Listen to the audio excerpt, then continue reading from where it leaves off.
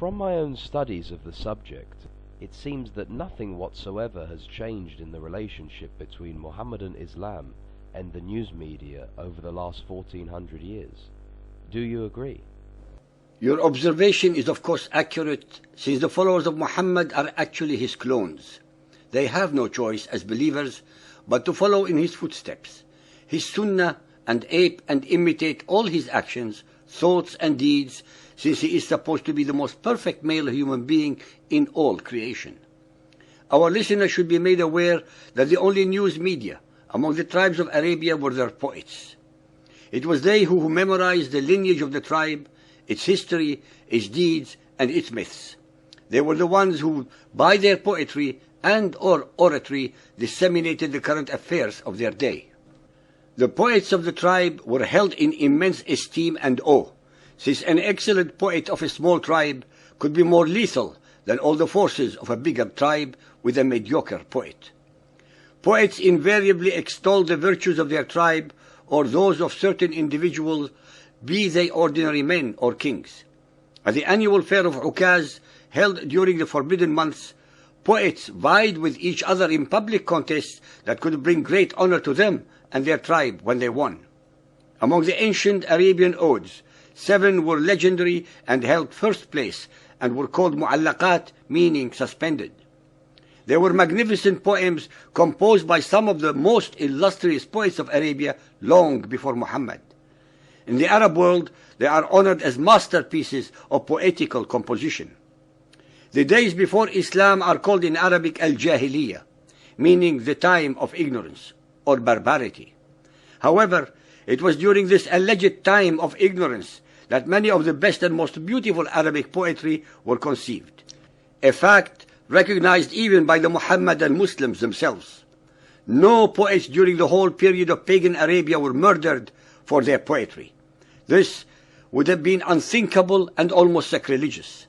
Unfortunately, Muhammad changed all these rules and prohibitions because they did not suit him or his agenda. As will be shown in the following ahadith, Muhammad sanctions the murder and assassination of any and all those who satirized or disagreed with him and his ideas. He instigated their butchery, be they men or women, free or slave, young or old. He exhibits a pathological and depraved indifference to human suffering, human rights, justice, and morality. Those of his followers who were willing to commit these crimes at his prompting did so with incredible cowardice, invariably against unarmed civilians in the dead of night. Muhammad was an equal opportunity destroyer of all those who did not accept his belief system. Even today, in the 21st century, his followers exhibit exactly the same symptoms all over the world.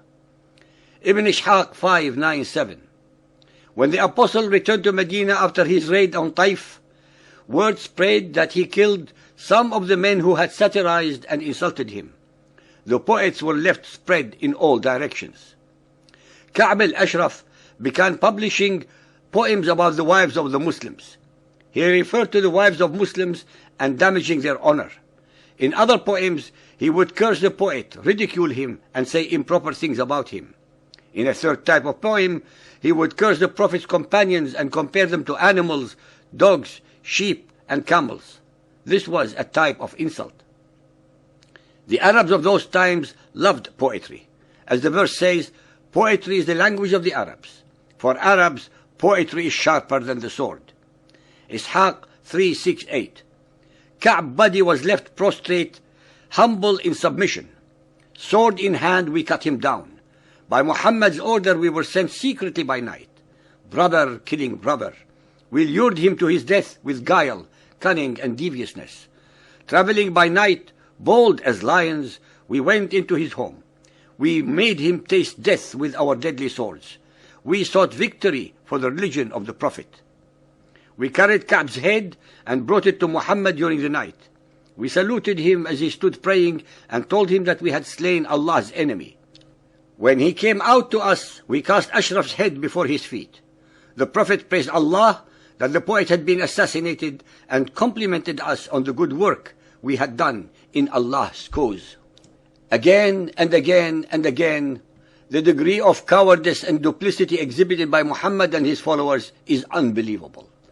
They always murdered, assassinated, or slaughtered their defenseless and unsuspecting victims, invariably unarmed civilians, but at the same time boasted that they were bold as lions.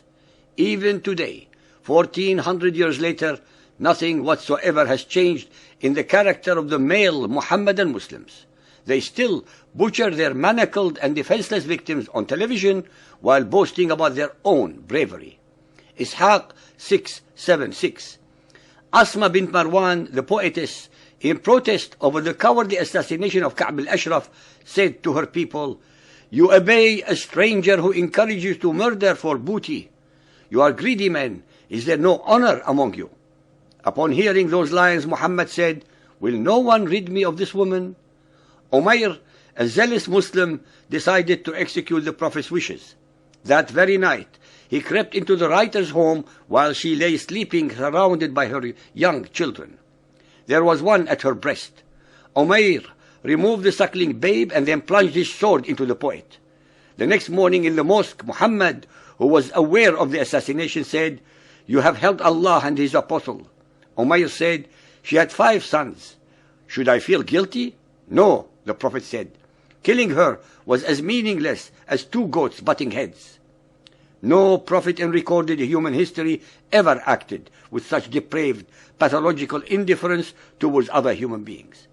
Muhammad is the only alleged, divinely inspired messenger who acted in such manner.